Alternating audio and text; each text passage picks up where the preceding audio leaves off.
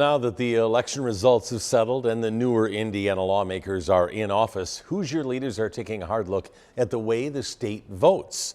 WDRB's Katrina Nickel explains which laws could be different the next time you cast a ballot. Indiana lawmakers are looking to change some of the state's voting laws, and some argue that this will make elections more secure and fair, while others say it restricts Hoosiers' access. That's the beauty of America. Hoosiers have cast ballots for over 2 centuries. I just want to make sure that people exercise their right to vote. Decade by decade, year by year, lawmakers have made adjustments to the state's voting laws.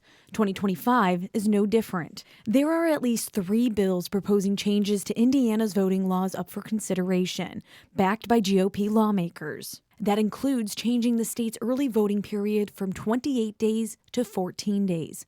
Republican Steve Burke says it's plenty of time. It's like I tell people, you have a constitutional duty to vote. And if you don't vote, you've given up your right to complain, in my opinion. Democrat Adam Dickey says those first 2 weeks of the 28-day early voting period is when a quarter of Floyd County voters cast a ballot. The impact is going to mean that in the 2 weeks that would remain, we're going to have longer lines at vote centers. We're going to have longer lines on Election Day. Some Hoosier lawmakers would also like to make school board races partisan, meaning candidates would declare a party. Imposing a partisan process on that, it diminishes the focus on what we're trying to build for our students. What party you stand with should be the principles that drive your decisions.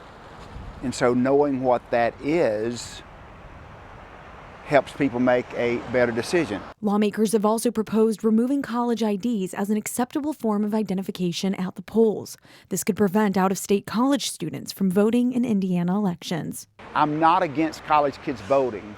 I just think they need to vote in the state they're from. You have to question, what's the intent? Are we trying to make it harder for college students to vote? These are the people that are just now coming of age that we want to see vote. Indiana's legislative session will end April 29th.